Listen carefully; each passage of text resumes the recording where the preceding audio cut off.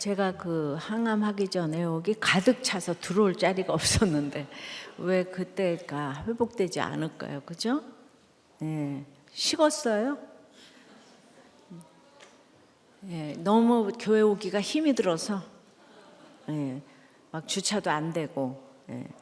여기 저기 자볼드에 또 세우고 이렇게 걸어오셔도 이렇게 지금 날씨도 좋고 산책도 하고 좋잖아요, 그죠? 네. 저는 그냥 이 저 주일날 이 바자회에서 이렇게 그러니까 여러분들 이렇게 잘 사주시고 제가 이렇게 모델이 돼가지고 지금 했으니까 예, 띵크트립을 많이 또 이렇게 좀 격려하시고 후원하시고 그러니까 이 띵크트립에 가서 이번 제주 임마누엘처럼 가서 이제 우리가 할 수 있는 걸로 선교를 하는 거예요.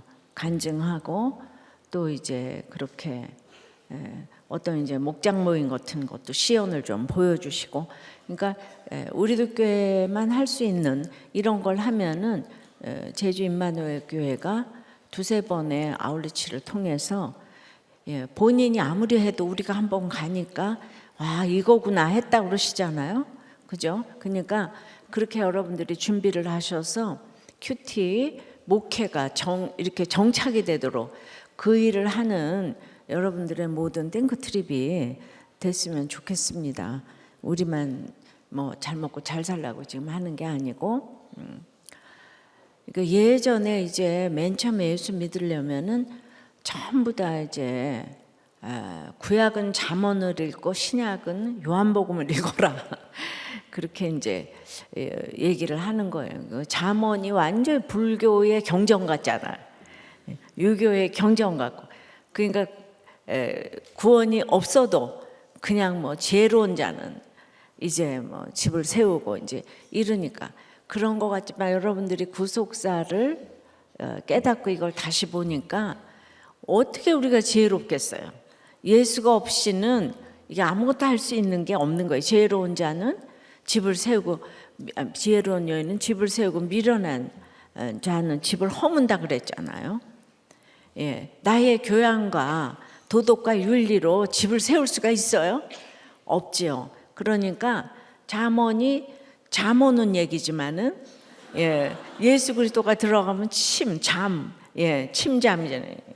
찌르는 얘기가 돼서 너무 똑같은 얘기를 하니까 듣기도 읽기도 지겹죠.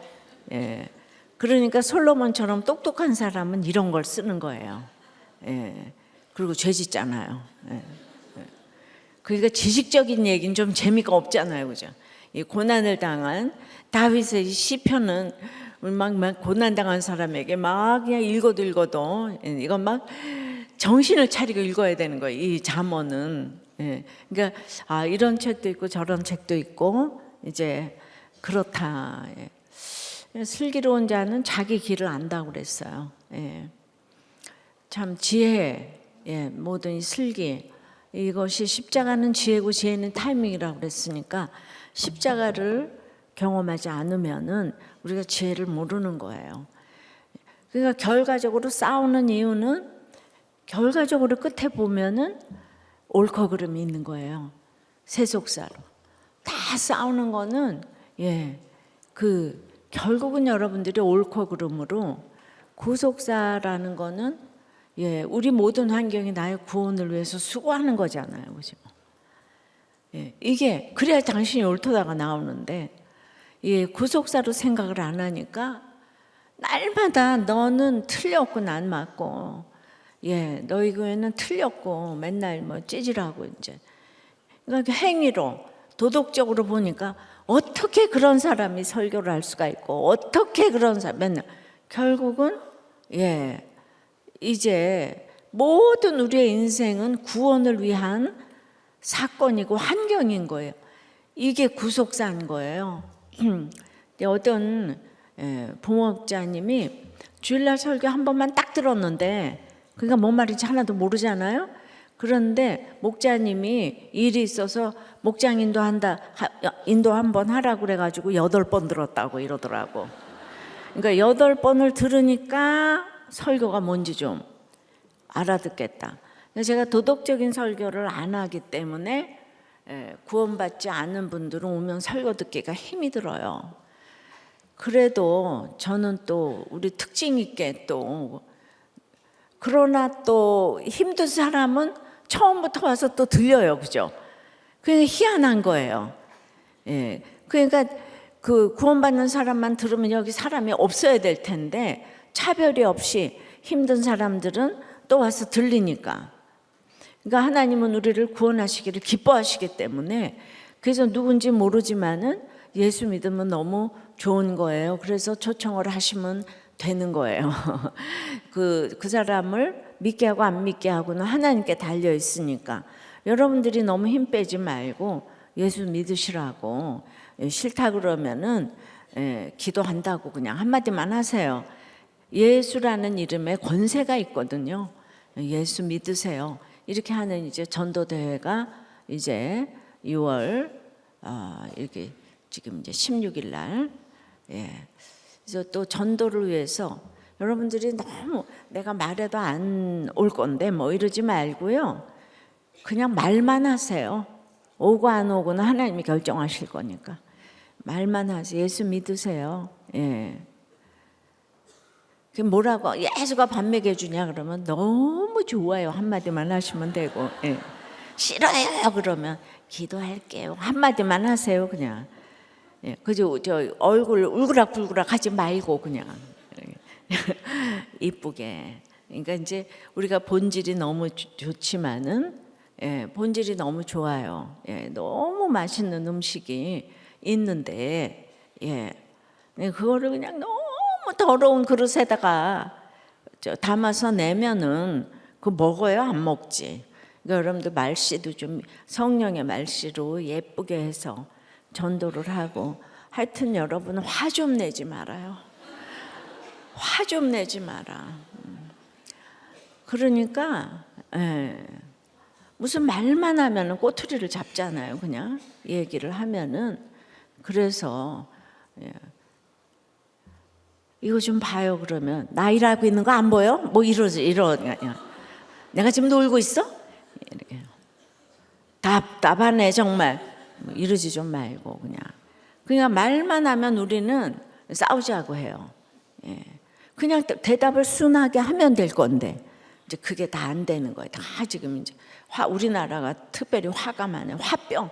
이게 전 세계에 없는 화병이 우리 가운데 있잖아요. 그러니까 옳고 그름으로 생각하니, 그러니까 구속사 구원의 모든 환경은 구원의 환경인데 계속 그냥 이렇게 왜 저 사람은 나한테 저렇게 얘기할까? 왜 저 사람은 나한테 반말을 하는 거야? 왜 저 사람은 나한테 지금 하대를 하는 거지? 저 사람은 나 지금 무시했네.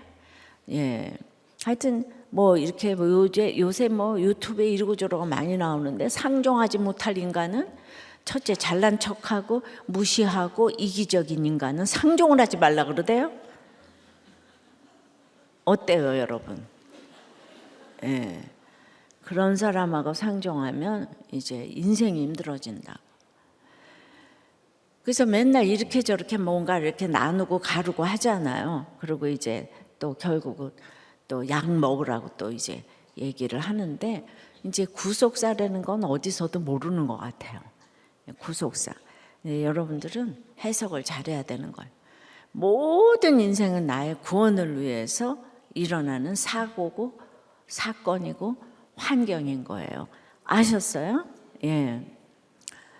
오늘은 이제 그러니까 신명희 이 권사님도 남편 너무 지금 나가서 들어오시지도 않는데 여기서 죽자 사자 있었더니 지금 오늘 그 아이들이 너무 잘 컸다고요. 여러분들이 뭐 어디 유학을 보내고 돈이 많아가지고 한들 아이들을 그렇게 키울 수 있겠어요? 아빠하고 갈등이 많으니까 아이들도 교회를 사모하는 거죠. 갈등이 있기 때문에 마음이 곤고한 거예요.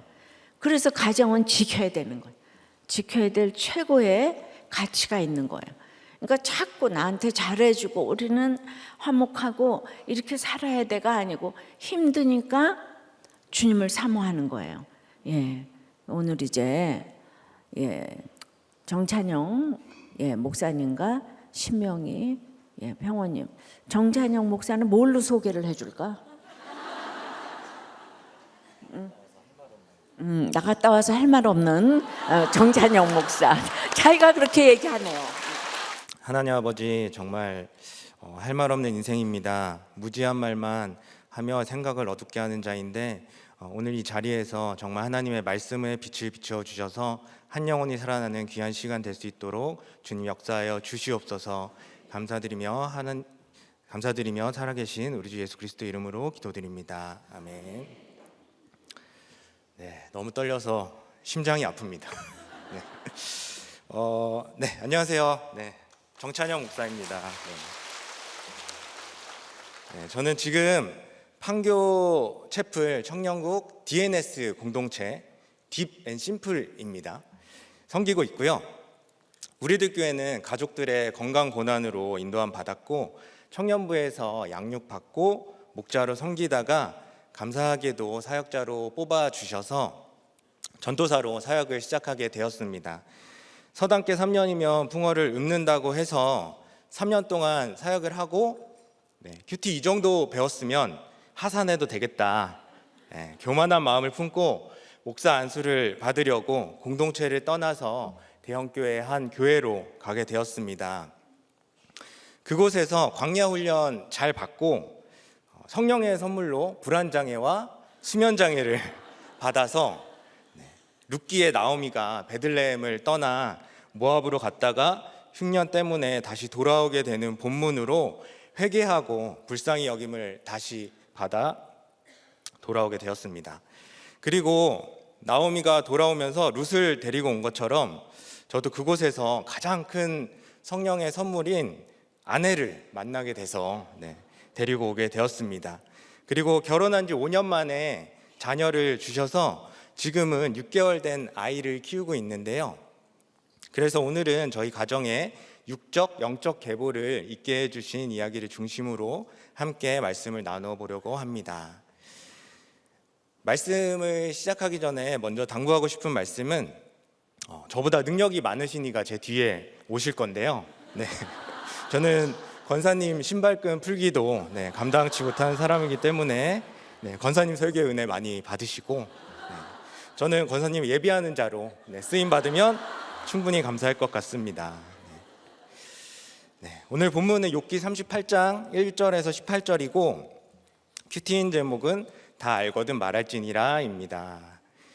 다 알거든 말할지니라 첫 번째는 생각에 말씀의 빛을 비추어야 합니다. 1절부터 3절입니다. 그때 여호와께서 폭풍우 가운데에서 욥에게 말씀하여 이르시되 무지한 말로 생각을 어둡게 하는 자가 누구냐? 너는 대장부처럼 허리를 묶고 내가 내게 묻는 것을 대답할지니라. 1절에 여호와께서 폭풍우 가운데 욥에게 말씀하시는데요. 하나님은 폭풍우 같은 고난 가운데 우리에게 말씀하여 주시죠. 폭풍우 가운데 우리와 함께 하시는 하나님을 만날 수 있는 것입니다. 그래서 폭풍우 같은 고난이 축복인 것이죠. 저는 결혼하고 신혼을 보내면서 폭풍우 같은 부부싸움 가운데 저에게 말씀하시는 하나님의 음성을 들었는데요. 결혼의 목적은 행복이 아니라 거룩이다.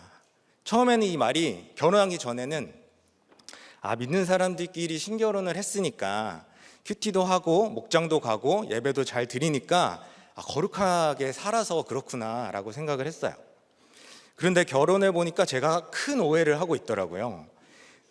거룩해진다는 뜻은 죄인인 두 인간이 만나서 서로 지겹게 싸우면서 큐티를 할 수밖에 없고 목장을 나갈 수밖에 없고 예배를 드릴 수밖에 없어서 거룩해지는 거라는 사실을 깨닫게 되었습니다. 어떻게 알게 되었을까요? 저도 알고 싶지 않았습니다. 2절에 무지한 말로 생각을 어둡게 하는 자가 누구냐 말씀하시는데요. 무지한 말은 생각을 어둡게 한다고 합니다. 진리의 말씀, 구속사의 말씀, 빛이신 예수님이 내 안에 계셔야 생각이 밝아지는 것인데, 아무리 수준 높은 세상의 지식이 있어도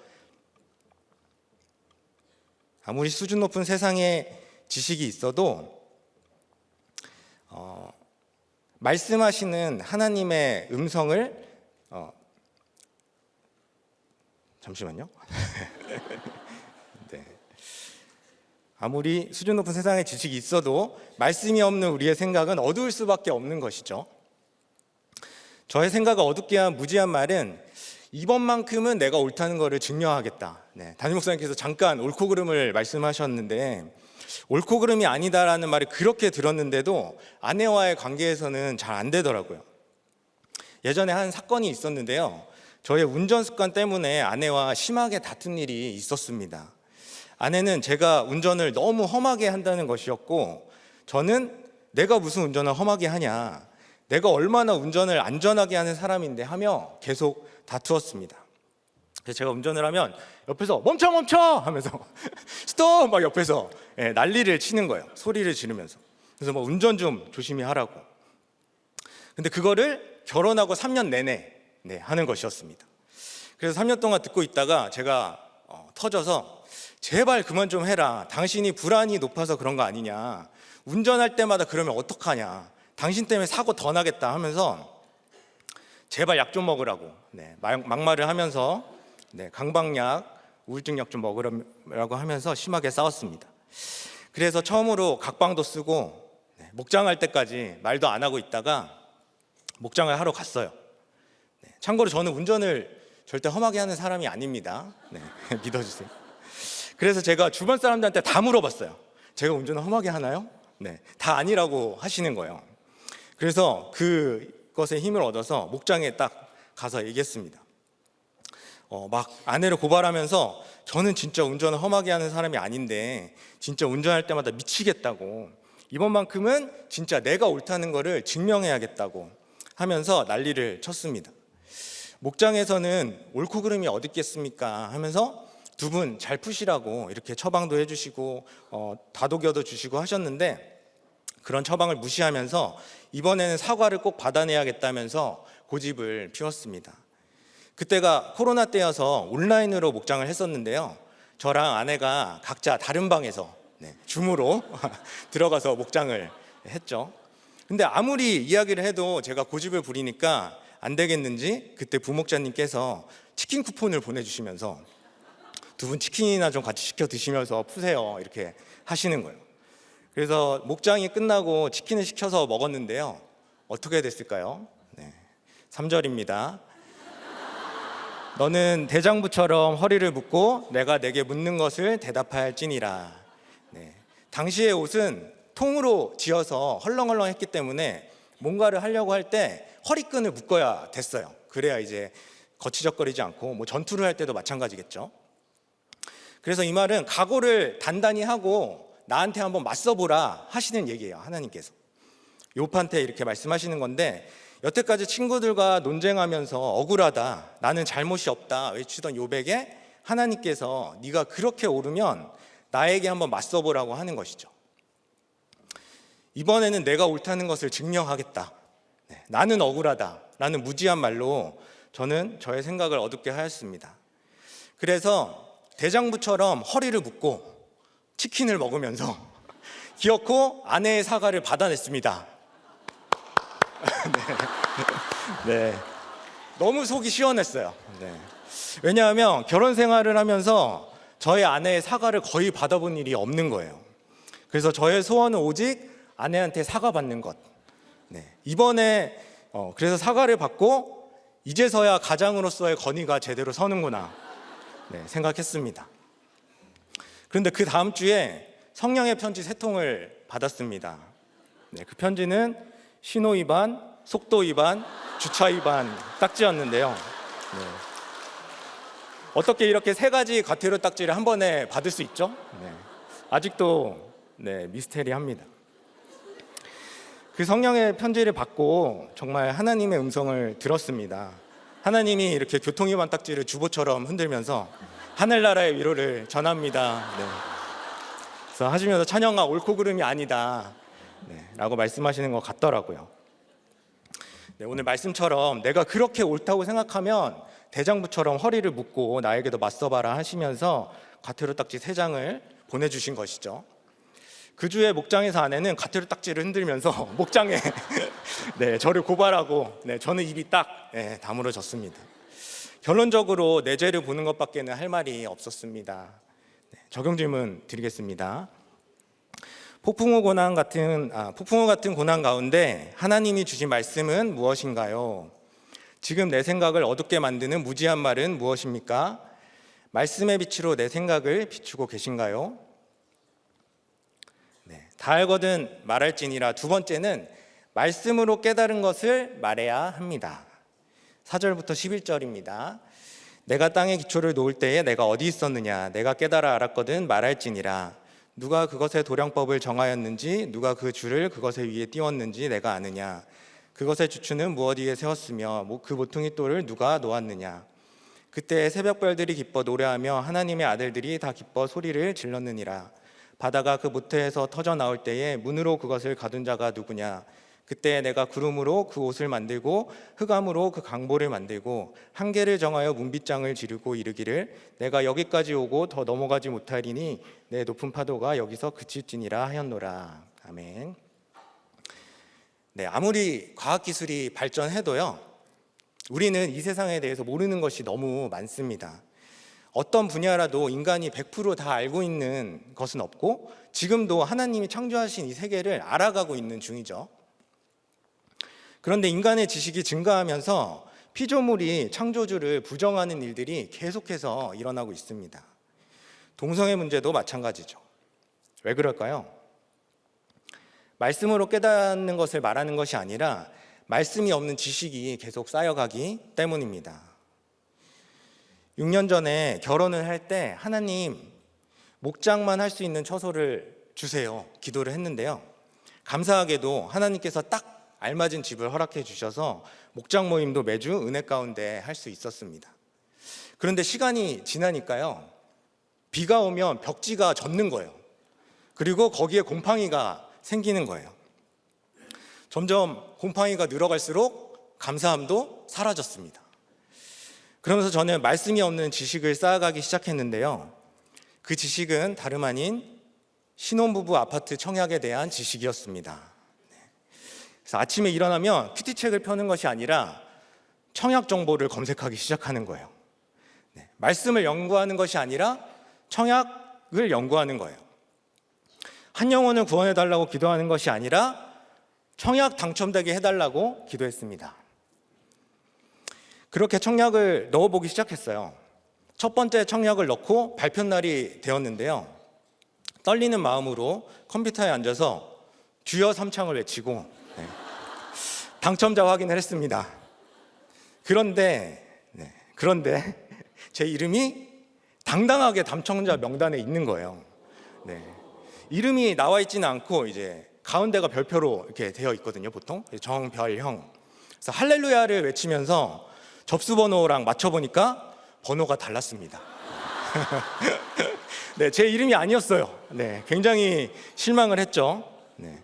그래도 어떻게 처음부터 되겠어 하면서 계속 청약을 넣었습니다. 그렇게 떨어지는 가운데 또 한 번은 청약을 넣었는데 바로 당첨이 안 되고 예비 순위에 들었어요. 그래서 1차, 2차, 3차까지 예비까지 가게 된 거예요. 그래서 최종 발표를 남기고 이제 제 앞에 8명만 빠지면 되는 상황이었어요. 네. 그래서 얼마나 제가 기도를 했겠습니까? 네. 떨리는 마음으로 마지막 날 확인을 했더니 바로 제 앞사람까지만 당첨이 됐더라고요. 네, 이거는 정말 주님이 하시는 일이다. 네, 너무 인정이 되고 하나님은 얼마나 원망했는지 담임 목사님의 책 제목처럼 주님 속이 시원하시겠습니다. 네. 딱 그 기분이었습니다. 네. 그렇게 계속 떨어지면서 연구를 계속했죠. 네, 연구를 하다 보니까 알게 된 것이 있었는데요, 청약 점수를 늘려야 되는데 지금 당장 제가 할 수 있는 거는 자녀 점수를 얻는 것밖에 없더라고요. 신혼부부니까. 네. 그래서 그때부터 아내를 막 달달 볶기 시작했습니다. 네. 우리 애를 가져야 된다. 애를 가져야 청약이 된다. 임신만 돼도 1점 이러면서. 네. 근데 당시 아내의 상태는 우울증, 무기력증, 그리고 임신과 출산, 육아에 대한 두려움이 너무 심해서 아이를 갖지 못하고 있는 상황이었어요. 그런 상황에서 저는 청약이 금송아지 우상이 되어서 임신을 강요하는 금송아지의 눈이 먼 남편이었습니다. 아내에게 말씀으로 깨달은 것을 말하며 그 두려워하고 있는 아내에게 영적 계보 있는 것이 사명이니까 우리 두려워하지 말고 아내를 가져보자 라고 말해야 하는데 저는 말씀 없는 청약에 대한 지식만 가지고 아내를 괴롭게 한 남편이었습니다. 적용 질문 드리겠습니다. 요즘 어떤 것을 가장 많이 말하고 있습니까? 말씀과 영혼구원입니까? 정치, 경제, 자녀 교육, 여행, 맛집, 드라마입니까? 최근 말씀으로 깨닫게 해주신 것은 무엇입니까?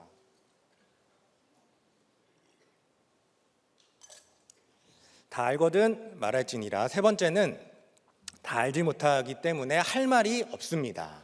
할 말이 없습니다. 12절부터 18절까지 말씀입니다. 내가 너의 날에 아침에게 명령하였느냐, 새벽에게 그 자리를 일러주었느냐, 그것으로 땅끝을 붙잡고 악한 자들을 그 땅에서 떨쳐버린 일이 있었느냐. 땅이 변하여 진흙에 인친 것 같이 되었고 그들은 옷같이 나타나되 악인에게는 그 빛이 차단되고 그들의 높이 든 팔이 꺾이느냐. 내가 바다의 샘에 들어갔었느냐, 깊은 물밑으로 걸어다녀 보았느냐. 사망의 문이 내게 나타났느냐, 사망의 그늘진 문을 내가 보았느냐. 땅의 너비를 내가 측량할 수 있느냐, 내가 그 모든 것을 다 알거든 말할지니라. 아멘. 네, 욥과 친구들은 서로 변론을 하면서 하나님에 대해 다 아는 것처럼 얘기했어요. 하지만 하나님의 질문에 욥이 대답할 수 있는 것은 하나도 없었습니다. 욥과 친구들처럼 사람들은 전문 지식이 쌓일수록 내가 다 아는 것처럼 이야기합니다. 그리고 하나님에 대해서도 다 아는 것처럼 이야기합니다. 그래서 하나님께 원망도 하고 생색도 내면서 하나님이 계시면 이럴 수 없다, 하나님 이건 아니잖아요 이야기합니다. 하지만 4절부터 계속되는 하나님의 이 물음들에는 그 누구도 답을 할 수가 없습니다. 마찬가지로 옳고 그름도 우리는 판단할 수 없는 것입니다. 옳고 그름을 따질 수 있는 분은 온 우주에 대해 모든 것을 다 알고 계신 하나님밖에는 없기 때문이죠. 하나님의 하시는 일을 피조물인 인간은 다 알지 못하기 때문에 그 앞에서 할 말이 없는 것이죠. 그 누구도 하나님 앞에서는 할 말 없는 인생인 것입니다. 계속해서 청약 점수 때문에 아내를 달달 볶으면서 아이를 가지려고 노력하는데도 불구하고 1년이 되도록 아이가 생기지 않았어요. 병원에 가서 검사를 해보니까 저희 부부는 난임 부부였습니다. 그때 바로 하나님 앞에 나와 주님, 저는 할 말이 없습니다 하고 회개했어야 하는데 그러지 않았어요. 저는 오히려 이렇게 생각했어요. 요즘 의학기술이 좋으니까 금방 생길 거야. 병원 잘 다니면 되지 뭐. 내 계획대로, 내 의도대로 내가 정한 목표를 달성하려고만 생각하면서 말씀 없이 인간적인 방법으로만 금송아지를 찾았습니다. 그렇게 몇 달간 병원을 다니면서 드디어 임신이 되었습니다. 금송아지에 한 발짝 더 가까워진 것이죠. 그런데 그 첫 아이가 얼마 안 있어 유산되었다는 소식을 들었습니다. 그제서야 입이 딱 다물어지더라고요. 더 이상 할 말이 없어졌어요. 말씀을 펴고 묵상하게 되었고 말씀이 들려서 회개하게 되었습니다. 생명에 대해 묵상을 하게 되었고요. 생명을 주시는 분에 대해 묵상하게 되었고요. 생명을 주시는 이유에 대해 묵상하게 되었습니다. 제가 얼마나 생명에 대해 무지했었는지 회개가 되었습니다. 그 전까지는 생명에 대해서 전혀 몰랐고 생명에 대해 생각해 본 적도 없었고요. 생명의 주관자이시고 생명을 주시는 분은 하나님이신데 저의 목적과 이익을 위해서 저의 계획대로 생명을 도구려 쓰려 했던 자식을 제물로 바치는 몰렉 제사를 드리는 저의 악함도 회개하게 되었습니다. 또한 생명을 주시는 이유는 낳고의 육적, 영적 계보를 잇는 사명을 감당하기 위함임도 깊이 깨닫게 되었습니다. 그렇게 회개를 하니까요, 저의 금송아지 청약이 점점 내려놔지게 되었습니다. 그 이후로는 아침에 일어나 청약 정보를 잘 찾아보지도 않고 이렇게 기도드렸습니다. 찾아보지 않고 기도드렸습니다. 네, 잘이 아니라요. 네, 아예 하나님 허락하신 거처에서 목장 예배 잘 드리겠습니다. 평생 집 없어도 괜찮아요. 네. 진짜로 이렇게 기도했거든요. 네. 그런데 놀라운 건요, 회개하고 다 내려놨더니 갑자기 미달된 지역에 소식을 듣게 해주셨어요. 네. 그래서 절대 제가 찾아본 게 아닙니다. 네. 제가 그렇게 쌓으려고 노력했던 자녀 점수가 없이도 네, 청약이 되게 해주신 거예요. 네. 그래서 참 제가 수준이 낮고 정말 주님 앞에 할 말이 없습니다. 네. 그리고 나서 다시 아이를 주셨습니다. 네. 지금은 정말 생명 주신 하나님께 감사함이 생겼고, 그 감사함으로 또 육적, 영적 계보를 잇는 사명을 잘 감당하겠다는 마음으로, 네, 물론 아내와 매일 싸우면서 육아 전쟁 중이지만 6개월 된 아이를 열심으로 잘 전심으로, 네, 셋 중에 하나라도 걸리기를 바라면서 네, 말씀으로 양육하고 있습니다. 네, 저는 고난도 약하고 이 자리에서 할 말이 정말 없고 또 죄인이라서 또 할 말도 없는 죄인인데, 하나님께서 저의 회개를 받아주시고 부족한 저의 약죄로로 한 영혼이라도 살아날 수 있도록 은혜 주시면 좋겠습니다. 네, 적용 질문 드리겠습니다. 나는 하나님 앞에 할 말이 있는 인생입니까? 없는 인생입니까? 내가 다 안다는 교만으로 살다가 하나님 앞에 할 말 없는 인생으로 회개하게 된 사건이 있으신가요? 네, 생각해 보시면 좋겠습니다. 기도하겠습니다. 아니, 고난이 없어도 한마디는 해야지. 예, 고난이 없는데 네. 예, 고난이 없는 사람들이 듣기는 좋지요? 오늘 이 설교가, 그죠? 아, 고난이 없는 사람도 저렇게 하는구나. 좀 웃어요.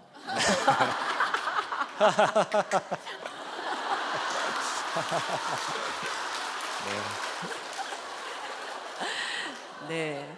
그 청년부에서 잘 자라서, 예, 또 그래서 무조건 결혼하니까 또 싸우는 거 다 하고, 예, 그래도 우리도 꽤 좋은 줄 알고 다시 왔으니까 그냥 이렇게 설교를 하고 또 여러분들도 목장에서 나는 고난이 없어서 어떡하나가 아니고 이렇게 그냥 하시면 된다는 모델을 보여주신 것 같아요. 그래도 여러분 재밌잖아요, 그죠? 예, 재미가 은혜인 거예요. 예, 은혜 받았어요. 감사합니다. 네, 고난 없는 자들에게 말씀의 빛을 비추는 사역자 되겠습니다. 네. 기도하겠습니다. 하나님 아버지, 폭풍우 같은 고난 가운데 만나주시고 말씀하여 주셔서 고난이 축복이라는 것을 알게 하여 주심을 감사드립니다. 무지한 말만 쏟아내며 생명이 어두워진 저에게 공동체를 통하여, 성령의 편지를 통하여 말씀의 빛을 비춰주심에 감사드립니다. 인간의 얄팍한 말씀 없는 지식으로 이 세상을 다 안다고 착각하고 교만함으로 하나님은 없다고 하고 부정하는 이 세상에 우리가 먼저 회개하고 변화된 구속사의 가치관으로 이 세상에 말씀의 빛으로 비출 수 있도록 인도하여 주시옵소서. 항상 하나님 앞에 할 말 없는 죄인이라는 것을 알고 가게 하여 주시고 영혼 구원의 일에 전심으로 나아가는 우리들 되도록 인도하여 주시옵소서. 감사드리며 살아계신 우리 주 예수 그리스도의 이름으로 기도드립니다. 아멘. 안녕하세요. 신명희 권사입니다. 정찬영 목사님께서 그냥 레드카펫도 아니고 금카펫을 깔아주셔가지고 제가 아주 자빠질 뻔했습니다. 저는 이제 우리 교회에서 60세 이상 이제 여성의 평균 키를 이렇게 촥 올려주고 있는 신장 173cm 모태 꺽다리 권사 신명입니다. 제가 이제 결혼 전에는 키를 속였어요. 이제 뭐 미팅을 나가거나 누구를 만나면 이제 168 조금 작아 보이잖아. 이제 결혼을 했는데 이제 남편이 너 좀 큰 것 같다 그래서 이제 170이야 그랬어요. 근데 딸 낳고 근데 애 낳으면 키도 크냐? 그래서 173이야. 어쩔래?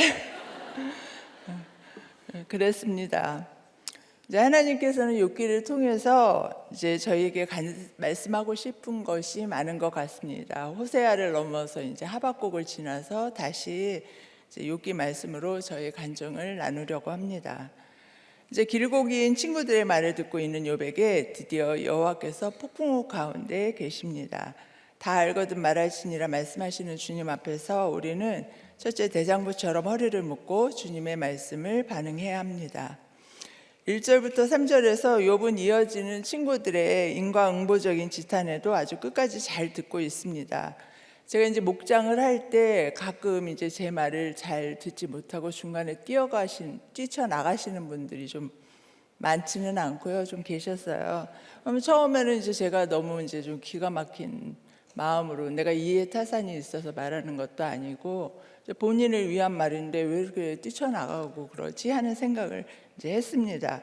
그러나 이제 목원의 문제로 여기지 말아야 되기 때문에 이제 또 찾아가고 막 상한 마음을 풀기 위해서 애를 쓰고 다시 이제 목장으로 모셔오고 했던 기억들이 납니다. 이 설교를 들으면 이제 살짝 찔려서 어머 나도 옛날에 뛰쳐나갔는데 하시는 분들도 있으실 것 같고요. 아니면 지금 뛰쳐나가서 이제 고민 중에 계신 분들도 있으실 것 같습니다. 이제 자리를 지킨 욥에게 드디어 하나님께서 찾아오신 것을 보시며 내가 속한 목장의 자리를 잘 지키고 있으시기를 기도합니다. 그 3절에 보면 대장부처럼 허리를 묶으라고 말씀하시는데요. 이제 저희가 딸만 셋인 가정에 맏딸로 태어났어요. 이제 아들이 없는 보상이랄까 그래서 늘 대장부처럼 살아야 된다 막 이런 교육을 받고 자랐습니다. 제가 초등학교 때 아주 잠깐 영민했었거든요. 길게 가지 않았어요.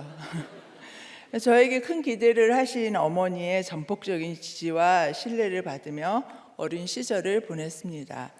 그러나 이제 술을 많이 드시는 무능한 아버지와 오직 자식을 위해 끝없는 희생과 수고를 당연히 여기며 애쓰시고 사시는 어머니의 부재로 저에게 가정은 늘 외로운 장소였습니다. 그런데 저는 타고난 모습이 살짝 대장부 같지 않습니까? 아니야.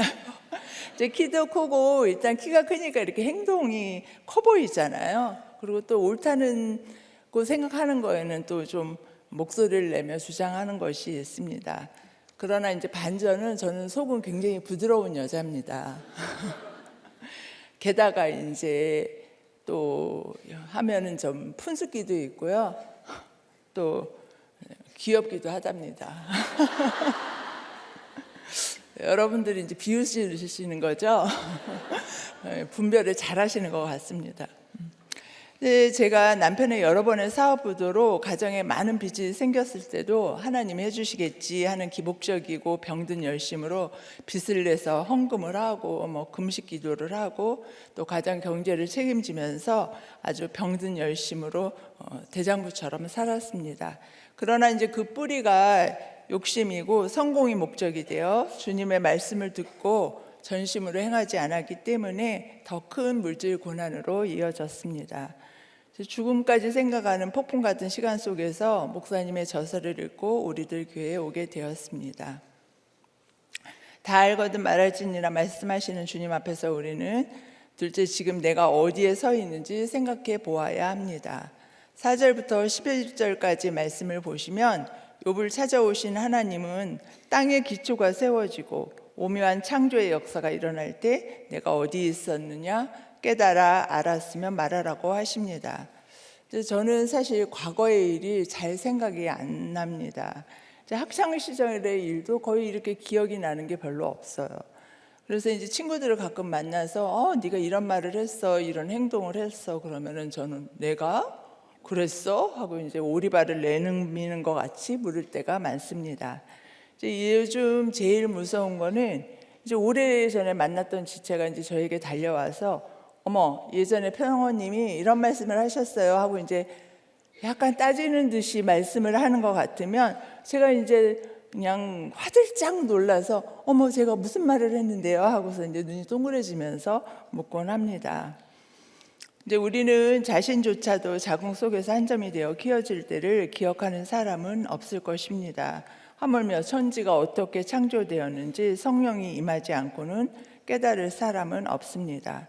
이렇게 주님이 함께 하시지 않고는 무지하고 한 점 티끌 같은 인생인데 그런 나의 연약함을 잊고 살 때가 많은 것 같습니다. 이제 저 역시 우리들 교회에 온 지 햇수로 20여 년의 세월을 보내며 시기마다 바알을 멸하며 이 자리까지 왔습니다. 그래서 이제 어느 면에서는 뭔가 조금 됐나 하는 생각이 이제 아주 감이 들기도 했습니다. 그런 저를 주님은 살아나는 병든 열심의 금송아지의 죄를 죽이라고 그동안 경험하지 못한 말씀이 나오고 말씀이 들리는 또 다른 광야로 인도하셨습니다. 그 광야에서 열심이 아닌 전심으로 주님을 의지하고 살아야 한다고 죄와 비천한 광야의 삶을 업적으로 가리며 잊고 있었던 저를 일깨워 주셨습니다. 공동체에 와서 말씀을 듣고 양육을 받으면서 내 열심으로 대장부같이 살아온 날이 얼마나 잘못되었는지 알게 되었습니다. 예배를 드리고 말씀 묵상을 하고 양육을 받으면서 제게 가장 큰 변화는 말씀 앞에서 한 걸음 물러서서 생각하는 것을 배운 것입니다. 말씀에 브레이크가 생기고요. 폭주하는 기관차 같은 제 삶이 10절, 11절 말씀처럼 한계를 정하여 문빗장을 지르고 여기까지 오고 더 넘어가지 않는 경계를 배우고 나의 열심의 파도를 그칠 줄 아는 깨달음과 지혜를 얻게 되었습니다. 제가 이제 빚 갚는 빚이 엄청 많았거든요. 남편이 이제 사업을 이렇게 여러 번 부도가 났기 때문에. 그래서 이제 빚 갚는 적용을 처음으로 하면서 애굽 같은 서울 친정집을 떠나 1톤 트럭에 짐을 싣고 반지하방으로 이사를 했습니다. 5년간의 개인 회생 과정을 거치며 분수에 맞게 자족하고 사는 법을 아이들과 함께 익히며 교회 공동체 안에서 아이들은 잘 보호받고 청소년의 때를 또 청년의 때를 잘 보냈습니다. 그래서 큰딸은 교회에서 신결혼을 하고요. 자녀들도 낳아 믿음의 가정으로 잘 살고 있고 작은 딸도 아주 요새 청년부에서 부서도 섬기고 기쁘게 잘 살아가고 있습니다. 아이들과 이제 믿음이 하나가 되어 친정의 온 식구도 이제 저희 교회로 이제 인도되었어요. 그래서 가정이 살아나고 직분자로 세워졌지만 단 한 사람 저희 남편은 그냥 어제나 오늘이나 영원토록 동일하게 이제 이방이 변하지 않고 이방인이 되어 지금까지 살고 있습니다. 한때 예배를 드리고 은혜도 받고 부부 목장도 잠깐 참석했지만 여러 핑계를 대고 공동체를 떠난 지 8년이 지났습니다. 저는 은혜 가운데 사명을 감당하고 가면서도 한편으로는 남편이 변화되고 일꾼으로 세워진 간증을 들으면 나는 왜 안 될까 하고 속상도 했고요. 여전히 피해의식으로 나를 오해하는 남편과 갈등하며 변하지 않는 내 모습에 남편의 수고가 끊이지 않는가 하는 자괴감에 힘들 때도 많았습니다. 그렇게 지내던 중 작년 6월 실직으로 오랜 시간 집에서 치과하던 남편이 지방의 직장이 구해지자 저에게 말 한마디 없이 짐을 싸서 차를 가지고 집을 나갔습니다. 제가 없는 사이에 이제 겨울 옷과 신발까지 챙겨난 모습에 너무 기가 막혔습니다. 그날 말씀은 레위기 23장 말씀이었는데요. 7절과 나팔절에 대한 말씀이었어요. 두 절기 모두 성회를 공포하고 어떤 노동도 하지 말라는 말씀이었습니다. 저희 남편은 회피형이라 갈등을 피하고 불편한 관계가 되어도 모른 척 잘 지냅니다. 근데 반면 저는 갈등이 생기면 그 시간을 잘 못 견디기에 어떤 방법을 동원해서라도 빠른 시기에 갈등을 종료시켜야 마음이 편했습니다. 우리 교회 오기 전에는 내가 편해지기 위해서 많은 인간적인 노동 같은 노력을 하며 갈등을 넘겼고 말씀을 들으면서는 말씀에 편해서서 남편의 구원을 위해 많은 적용을 하며 고비고비를 넘겼습니다.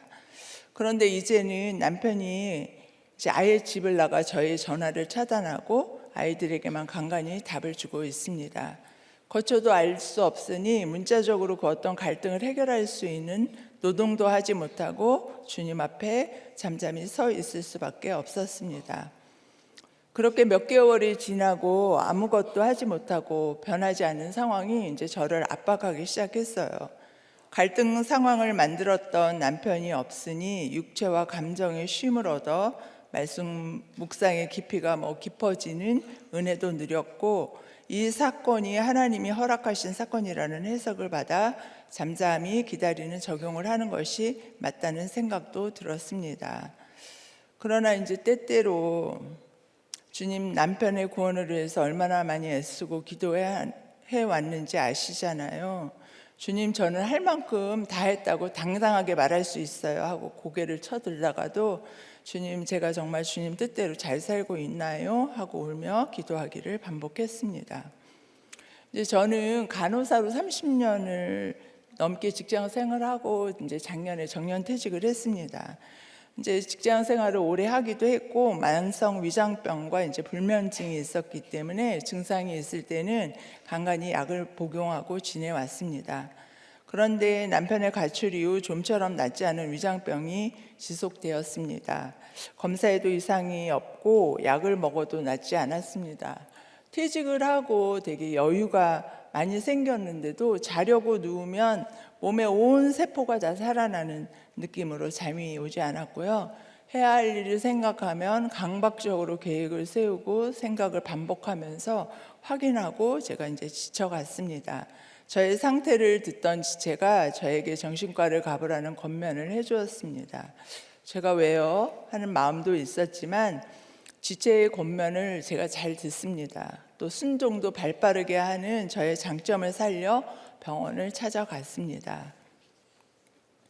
다 알거든 말할지니라 말씀하시는 주님 앞에 우리는 나의 유한함과 무지함을 인정해야 합니다. 11절부터 18절에서 우리가 경험할 수 없는 깊은 바다, 사후의 세계, 측량할 수 없는 땅의 넓이까지 말씀하시고 유한하고 무지하고 연약한 존재인 인간의 모습을 다시 한번 일깨워 주시고 있습니다. 지체의 변면으로 병원을 갔지만 제 속에는 사실 확신이 좀 있었습니다. 10여 년 전에 갱년기가 심해지고 우울감으로 정신과에서 검사를 받은 적이 있는데요.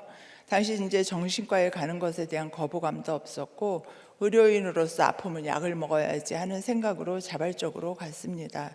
그때 이제 아무 문제가 없다는 결과가 나왔기 때문에 이번에도 별 진단이 없을 거라는 확신이 있었습니다.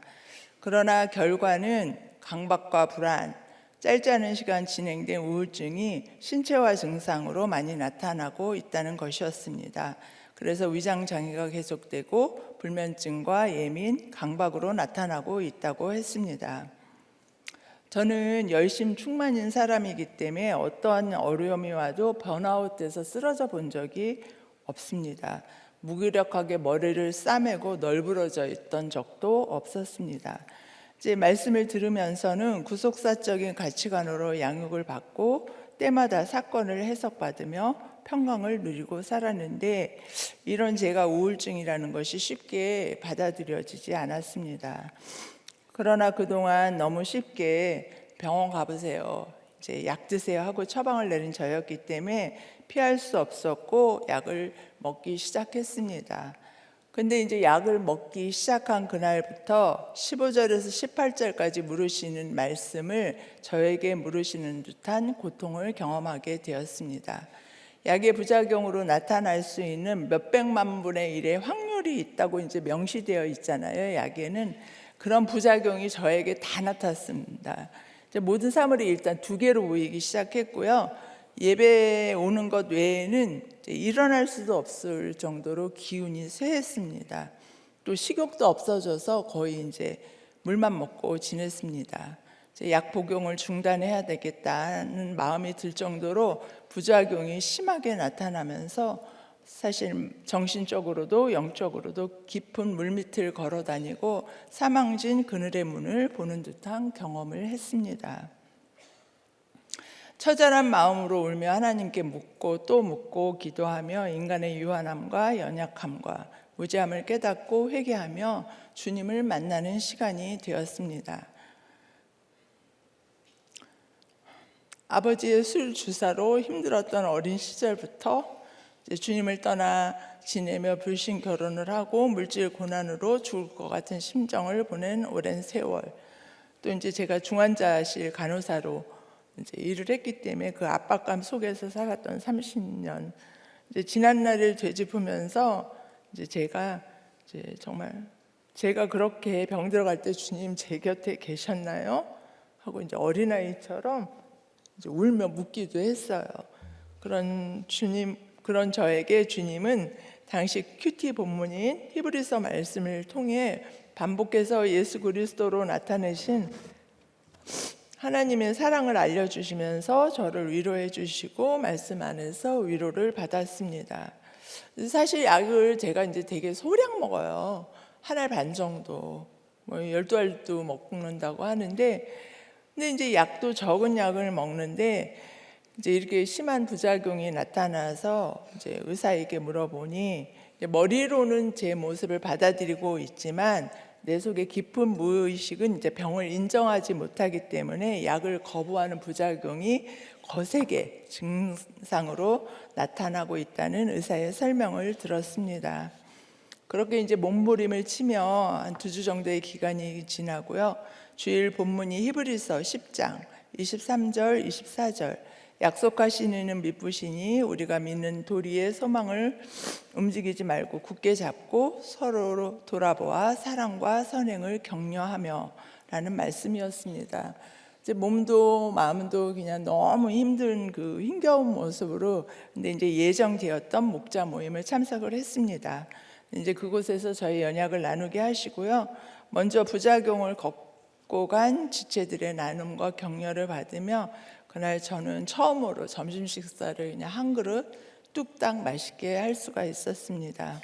이후 저는 유한함과 무지함을 인정하며 어떤 부작용이 있어도 끝까지 약을 먹어보겠습니다 기도했고, 근데 그날 이후로 정말 부작용이 감해지고 마음도 편해지는 경험을 했습니다. 사실 설교를 준비하면서 이런 연약한 모습이 교회에 덕이 안 되면 어쩌나 하는 생각으로 고민이 되었습니다. 그런 저에게 우리가 사건 가운데 머리로 마음으로 해석하고 평강을 누리고 가도 몸이 따라가는 속도가 늦을 수 있다고 말해주시며 우리의 영역이 밸런스를 이어가는 것이 성숙을 이뤄가는 것이라는 지체의 권면은 저에게 너무 큰 위로가 되었습니다. 여전히 행위로 치장하고 아무 일 없는 듯 괜찮은 듯 포장하는 이세벨의 모습이 나에게 남아있다는 것을 깨닫게 되었고 회개하는 시간이 되었습니다. 이 사건이 없었다면 하나님 앞에서 전심으로 살기보다는 잘 행하기 위해서만 열심을 내었을 것 같습니다. 그 열심의 밑바닥은 인정받기 위한 나의 야망이 있음도 또 내가 얼마나 유한하고 무지한 존재임을 또 잊고 예후처럼 미친 듯이 달려나갔을 것 같습니다. 다 알거든 말할지니라 말씀하시며 우리의 연약함을 다 아시고 책망하시고 우리를 각 사람의 모양대로 있는 그대로 사랑하시고 보듬어 가시는 하나님의 은혜를 누리며 감사하시는 우리 모두가 되기를 기도합니다. 아멘. 네. 네. 저분은 저기 그 세브란스의 수간호사세요. 아니, 그러면- 수간호사 아니고요. 아니에요? 네. 그냥 그럼 무슨 간호사예요? 그냥 주임 간호사입니다. 주임이나 수간아. 그러니까 사실 굉장히 그 세력이 크거든요. 의사보다 저런 분을 알아야 되는데, 근데 지금 이제 은퇴하신 거죠? 네, 작년에 정말 은퇴하셨기 때문에 내가 마음대로 얘기할 수 있어요. 아니면 또 저만 또 부탁할 거잖아.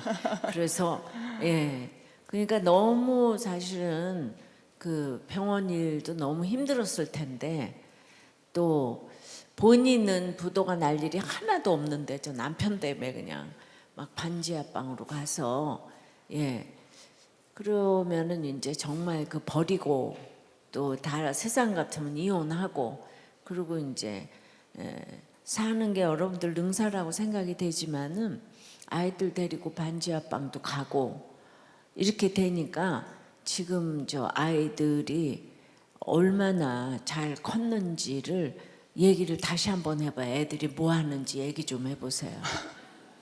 아니 이제 뭐 하는 거는 없고요. 예.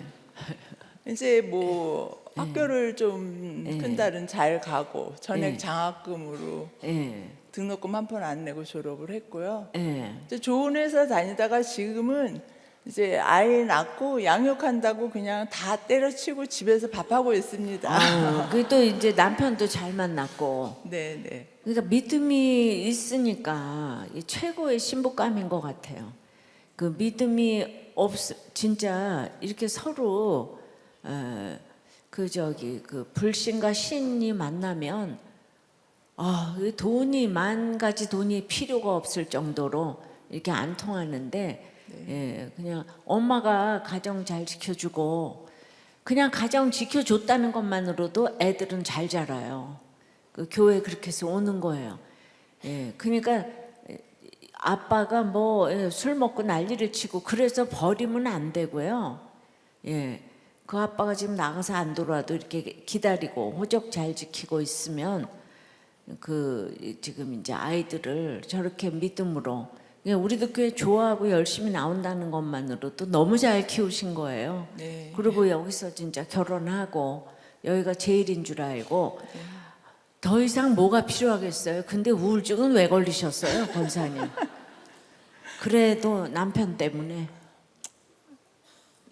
뭐 남편 때문이라기보다는 이제 하여튼 그게 이제 또 자꾸 이게 제가 이제 또 세상적인 열매로 이렇게 보는 게 있는데 이제 하여튼 남편이 또 왜 내 남편은 안 되나 해가지고. 네, 그런 마음도 있고 이 마당에 이제 가출까지 하고 이제 저를 그렇게 원수를 삼고 하고 뭐 이러는 것들이 그냥 그러니까 너무 이제 권사님이 늘 잘 나가고 언제나 이제 기대주고, 그러니까 애들은 또 뜻대로 잘 돼주는데 오직 남편 한 사람이 안 되니까 이렇게 속상해 하시는데 그 남편은 정말 너무너무 수고를 했어요. 권사님을 위해서도 수고를 하고.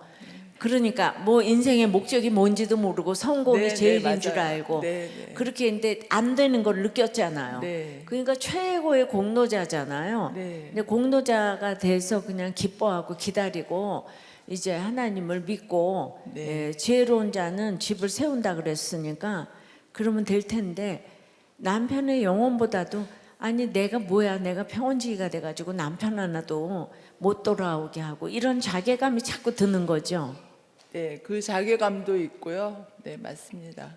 또 이제 야 끝까지 인내를 못했나?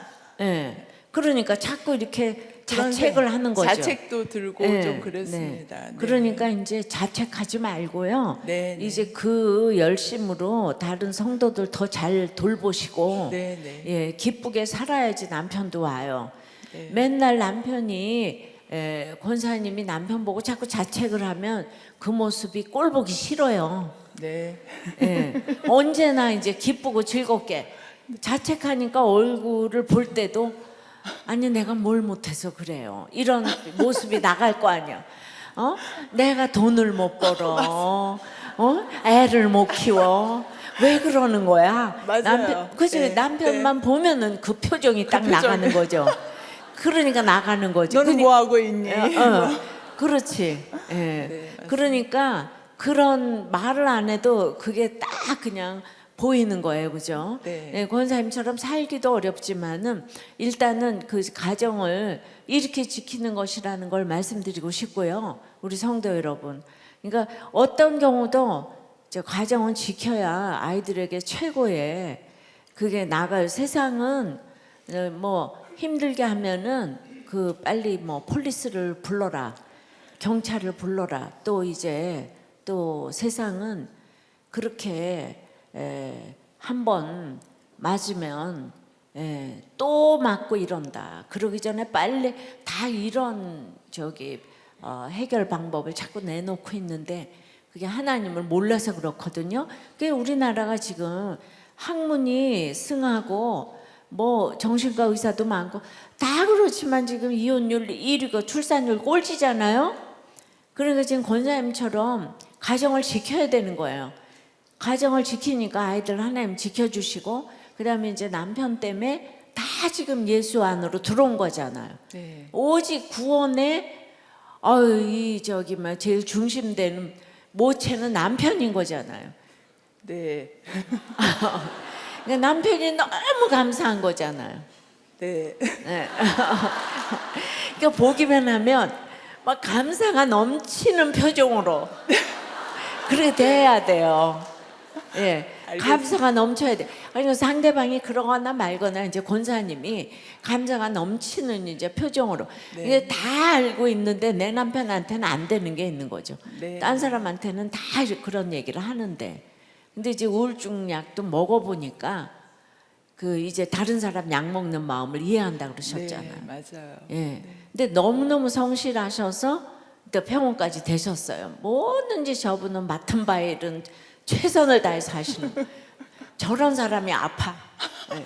맡은 바에를 최선을 다해서 하는데 그것이 이제 구속사기보다는 세상적으로도 너무 성실하시니까 네. 예, 그게 너무 중요하지만 잠언의 그 지혜와 그거가 믿음이 없을 때는 예, 그렇게 이제 본사님처럼 성실하게 잘 살아라 이렇게 들릴 수도 있는 책이지만은 이게 더 올라가게 되면 지혜는 십자가라는 거를 이렇게 보여주셔서 지금까지 너무 잘 사셨고요. 네. 앞으로는 하나님한테 모든 걸 맡기고 네. 그냥 그 에너지 쓰는 걸로 네. 이타적으로 사시면은 네. 예, 우리 다 알아요. 남편 돌아올 거. 아멘. 그렇게 믿으세요. 아멘. 우리 다 알아요. 아니 이렇게 하나님이 자녀도 지켜주시고 권사님도 지켜주시고 이 가운데 또 은퇴도 잘하게 하시고 최고 아니에요 하나님? 네, 아멘. 네. 아유 너무 은혜 받았죠? 네. 기도하시겠습니다. 하나님 아버지, 오늘도 폭풍우 가운데서 우리를 만나 주시고 말씀하여 주시니 감사합니다. 살면서 겪었던 고난들이 해석이 안 되어 소망 없이 죽어가는 인생이었는데 구속사의 말씀으로 살아나게 하시고 귀한 공동체 가운데 힘을 얻고 사명의 길로 가게 하시니 감사합니다. 오직 은혜로 새롭게 살아난 인생이었는데 바알을 무너뜨렸다는 영웅의 모습에 취해 내 열심의 금송아지를 껴안고 병들은 내 모습을 인정하지 못하고 온몸으로 아파하며 부르짖었던 저의 연약함을 용서하여 주시옵소서. 우리 모두가 무지하고 유한하고 연약한 인생임을 알게 하시고 레갑 족속처럼 하나님의 언약을 지키기 위해 세상과 구별된 삶을 살기 위해 전심으로 말씀을 듣고 적용하며 살아갈 수 있도록 성령님 전적인 은혜를 허락하여 주시옵소서.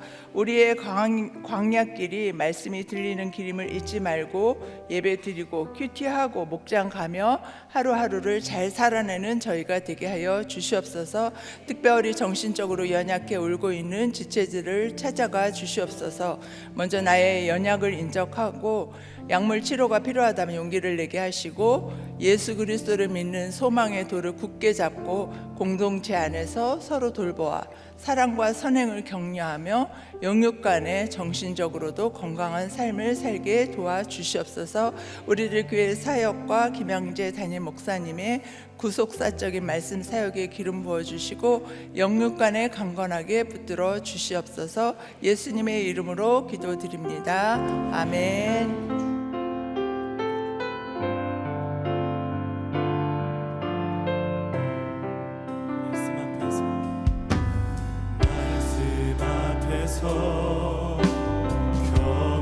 경외함으로 주께 홀로 섭니다. 생명의 말씀 읽고 순종해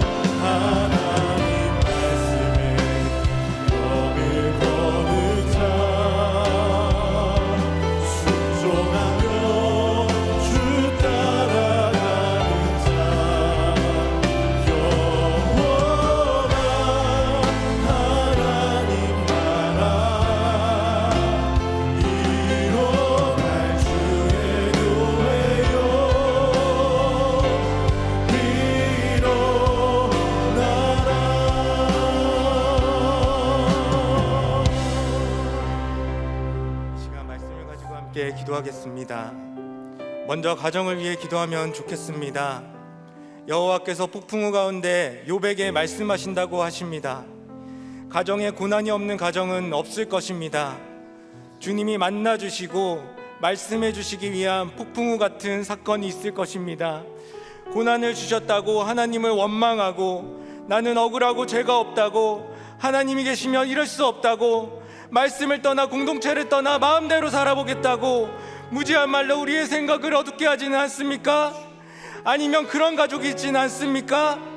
그런 나와 우리 가족에게 말씀의 빛을 비추어 달라고 기도합시다. 특별히 난임을 겪고 있는 가정과 유산을 경험하고 하나님이 주실 생명을 위해 기도하고 있는 가정을 위해서도 기도합시다. 생명의 주관자이신 하나님께서 귀한 생명을 허락하여 주시옵소서. 오늘 병원지기님의 가정에 닥친 폭풍우 같은 고난들을 나누어 주셨습니다. 아버지의 주사, 물질의 고난, 남편의 가출, 강박, 불안, 우울증과 약 부작용까지 휘몰아친 고난 가운데 하나님께서 말씀의 빛을 비추어 주셨습니다. 약속하신 이는 믿으시니 우리가 믿는 도리의 소망을 움직이지 말며 굳게 잡고 서로 돌아보아 사랑과 선행을 격려하며 이후 부작용이 감해지고 평안을 허락해 주신 고백을 들었습니다. 우리에게도 폭풍우 같은 고난 가운데 말씀의 빛을 비추어 주시옵소서.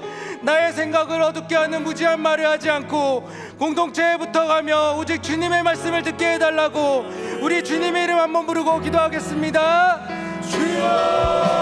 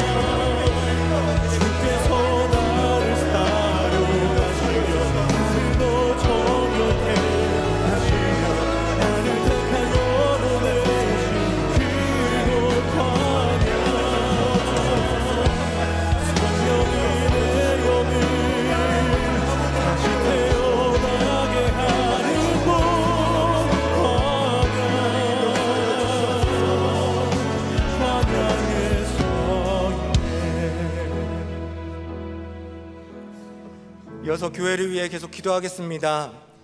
교회는 세상을 향해 말씀의 빛을 비추어야 합니다. 세상은 지식이 쌓여갈수록 창조주 하나님을 부정하고 없다고 이야기합니다.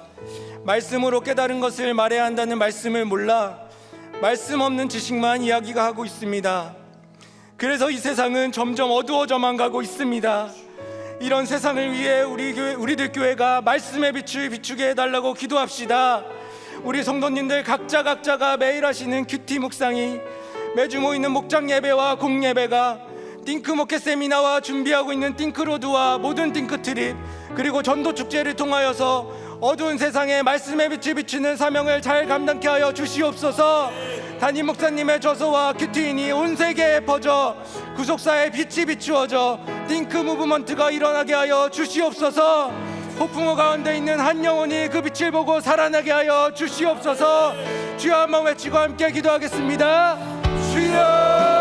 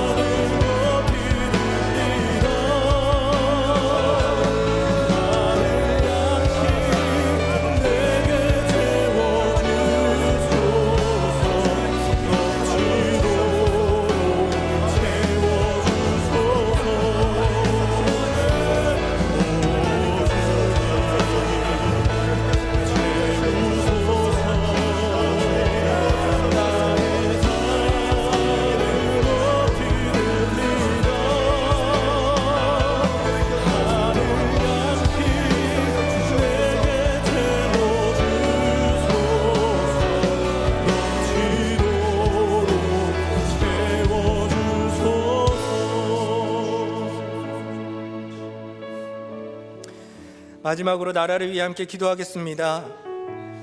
성경에 손을 얹고 시작된 대한민국이 지금은 무지한 지식이 쌓이고 쌓여 어두워지고 있습니다.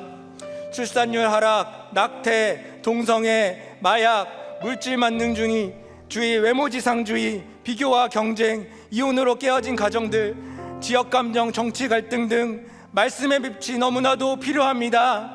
먼저 나라를 이끌어가는 위정자들이 말씀으로 깨달은 구속사의 가치관으로 사람은 하나님 앞에 할 말 없는 죄인이라는 것을 알고 오직 하나님께 의지하며 이 나라를 이끌어갈 수 있게 하여 주시고, 말씀의 가치관으로 생명 죽이는 악법은 폐하여지고 생명 살리는 법을 제정하는 주의 통치가 이루어지게 하여 주시옵소서. 출산율이 하락하여 나라가 없어지려고 하고 있는데 나라가 있어야 예배도 드릴 수 있사오니 이 나라를 지켜주시고 살려달라고 주님 이름으로 함께 기도하겠습니다. 주여,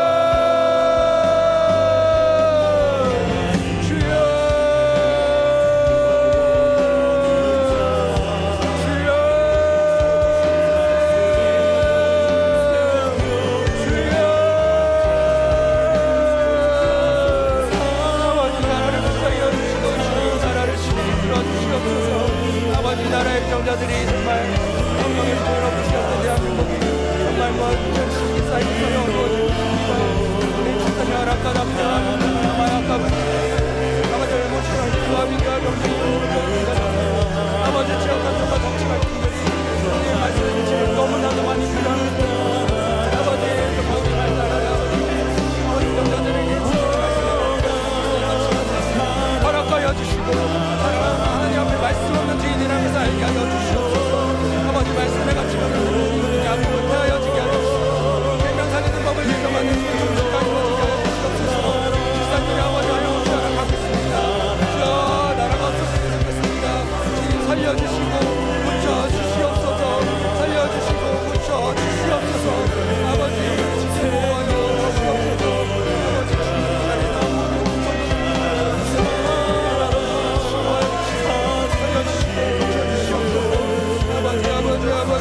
아버지 주님 살리는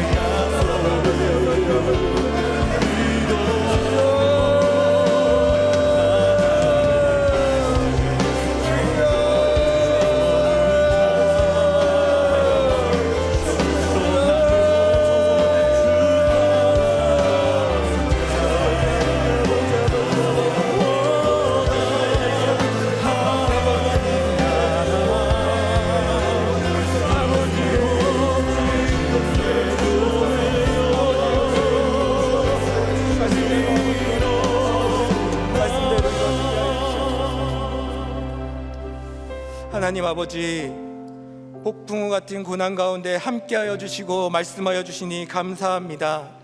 우리 가정에 폭풍우 같은 고난이 주님이 만나 주시고 말씀해 주시기 위한 폭풍우 같은 사건임을 깨닫게 하여 주시니 감사합니다.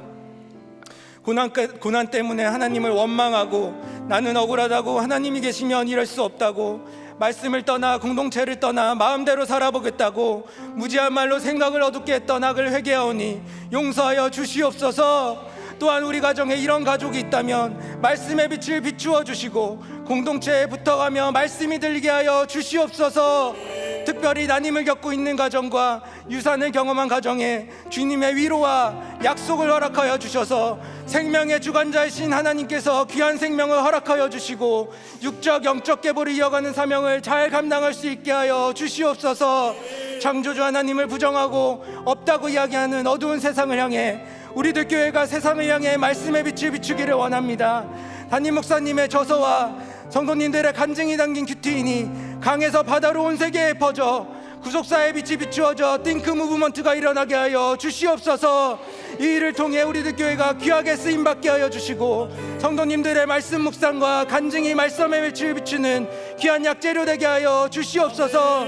영혼 구원과 큐티 전파를 위해 늘 애통함으로 기도하시는 담임 목사님의 모든 사역에 기름 부어주시고 그 건강을 지켜주시고 어디를 가시든지 성령이 함께하여 주시옵소서. 말씀 없는 무지한 지식이 쌓이고 쌓여 어두워진 이 나라에 말씀의 빛을 비추어 주시옵소서. 나라를 이끌어가는 위정자들이 말씀으로 깨닫는 구속사 가치관을 가지고 사람은 하나님 앞에 할 말 없는 죄인이라는 것을 깨닫고 오직 하나님께 의지하며 이 나라를 이끌어갈 수 있게 하여 주시고, 말씀의 가치관으로 생명 죽이는 악법은 폐하여지고 생명 살리는 법을 제정하는 주의 통치가 이루어지게 하여 주시옵소서. 이 나라를 지켜 주시옵소서. 살려 주시옵소서. 고쳐 주시옵소서. 이제는 우리 주 예수 그리스도의 은혜와 아버지 하나님의 크신 사랑과 성령의 교통하심이 내가 하나님 앞에 할 말 없는 죄인인 것을 알고 영혼의 구원을 위해 말씀으로 깨달은 것만 말하며 무지한 말로 어두워진 세상에 말씀의 빛이 비추며 나아가기를 결단하는 모든 성도님들의 머리 위에 영원토록 함께하여 주시기를 간절히 축원하옵나이다. 아멘.